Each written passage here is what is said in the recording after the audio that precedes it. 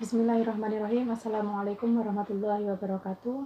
Saya Fitria Nurmasita dari Kelas Syariah Muamalah E dengan NIM 102190118. Di sini saya akan menjelaskan tentang ekonomi pada zaman jahiliyah. Kita akan menjelaskan bagaimana sih ekonomi masa Arab pada zaman jahiliyah itu. Nah, berbicara tentang kondisi ekonomi suatu negara atau suatu daerah itu ditentukan dengan letak geografisnya, dipengaruhi dengan letak geografisnya. Contohnya di Indonesia, letak geografis itu sangat berbeda-beda. Ada yang di dataran tinggi, ada yang di dataran rendah, dan ada di pesisir pantai. Ketika masyarakat di dataran tinggi itu sebagian besar dari mereka mata pencahariannya itu sebagai petani untuk menunjang ekonomi mereka. Untuk yang di dataran rendah, sebagian besar dari mereka itu berdagang, pengusaha. Nah, untuk yang di pesisir, mereka mata pencahariannya ke nelayan. Untuk bangsa Arab juga sama, nah mereka dipengaruhi dengan letak geografisnya. Mungkin di Arab itu juga ada yang tanahnya subur. Untuk yang tanahnya subur, mereka juga menjadi petani, mata pencahariannya petani di pertanian. Untuk yang dataran rendah di gurun, nah karena panas, karena gersang yang tidak mungkin ditanami tanaman, tidak mungkin mereka akan mendirikan pertanian di sana. Untuk itu di perniagaan yang sangat ditonjolkan ketika di daerah gurun atau di dataran rendah. Nah, berbicara tentang zaman jahiliyah atau zaman kebodohan yang kita kenal, itu di sini bukan kebodohan dalam arti tidak bisa berpikir atau tidak mempunyai kecakapan dalam bekerja atau tidak mempunyai kecerdasan dalam berpikir tentang kehidupan ekonomi mereka gitu ya. Tetapi di sini zaman kebodohan yang dimaksud itu tentang akidah mereka, hubungannya kepada Allah Subhanahu wa taala, tentang ketuhanan. Itu yang dimaksud kebodohan di sini. Mereka kurang bisa atau tidak bisa menjalankan perintah Allah dengan baik. Nah, bangsa Arab itu ada sebelum Al-Qur'an diturunkan di dunia.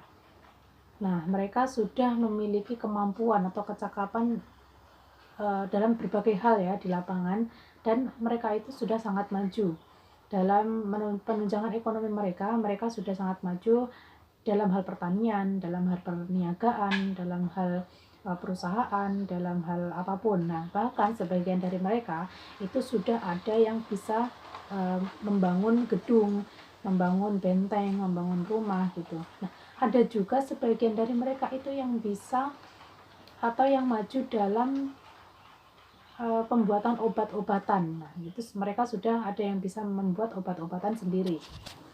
Nah, kondisi Jazirah Arab yang bergurun itu sangat cocok untuk perdagangan mereka, untuk menunjang perekonomian mereka. Dan bangsa Quraisy khususnya itu sangat pandai atau sangat lihai dalam urusan berdagang. Nah, di dalam Al-Quran juga sudah Allah sebutkan, Allah tuliskan bagaimana kepandaian bangsa Quraisy dalam perdagangan. Nah, bagaimana bunyinya di dalam Al-Quran? Allah menuliskan, A'udzubillahi minasyaitonirrajim, Bismillahirrahmanirrahim, li'ilafi Quraisy ilafihim rihlatash syita'i was-shayf. Di situ dijelaskan bahwa ketika musim dingin, mereka akan mengirimkan khalifah ke negeri Yaman untuk berdagang. Ketika berdagang di negeri Yaman, mereka dagangannya laku, laris, itu mereka tidak pulang hanya dengan tangan kosong dan membawa uang aja. Nah, jadi di negeri Yaman mereka akan belanja atau membeli barang-barang yang ada di negeri Yaman. Dan ketika musim panas, mereka akan ke negeri Syam untuk jualan barang-barang yang mereka beli dari negeri Yaman. Nah, begitu juga seterusnya, ketika di negeri Syam mereka berjualan habis, mereka akan membeli barang-barang di negeri Syam untuk dijual lagi ke negeri Yaman ketika musim dingin. Nah, itu kepandaian bangsa Quraisy dalam berjualan atau berdagang yang wajib kita tiru sebenarnya ya. Berbicara dengan perniagaan atau perdagangan yang di sana sangat maju ya, itu di mana perniagaan yang sangat maju itu berada di kota Mekah.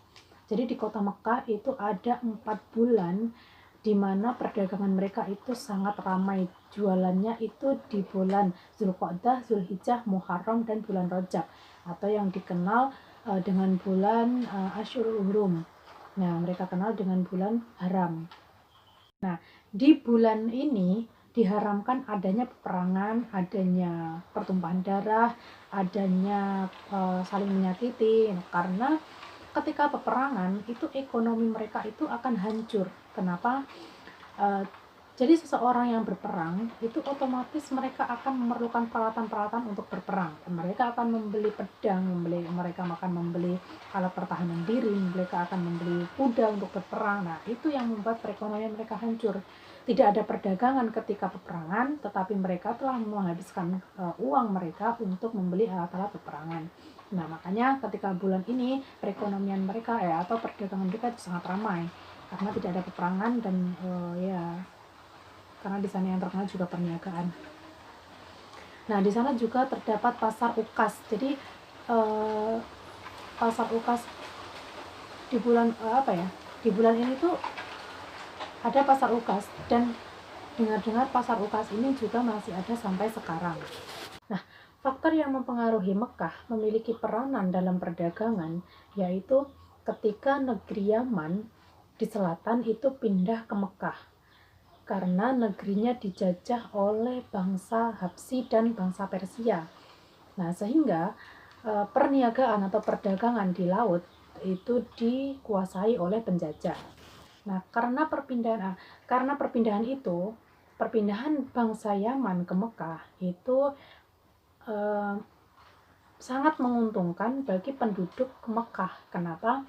Karena bangsa Yaman sangat pandai atau sangat berpengalaman luas ya dalam hal perdagangan. Nah, jadi bangsa Arab yang saat itu yang nomaden, yang saat itu masih sebagian besar penduduknya masih penggembala. Nah, jadi mereka memanfaatkan pindahnya bangsa Yaman ke Mekah ini karena mereka mungkin bisa belajar tentang pandainya berdagang atau pandainya berniaga.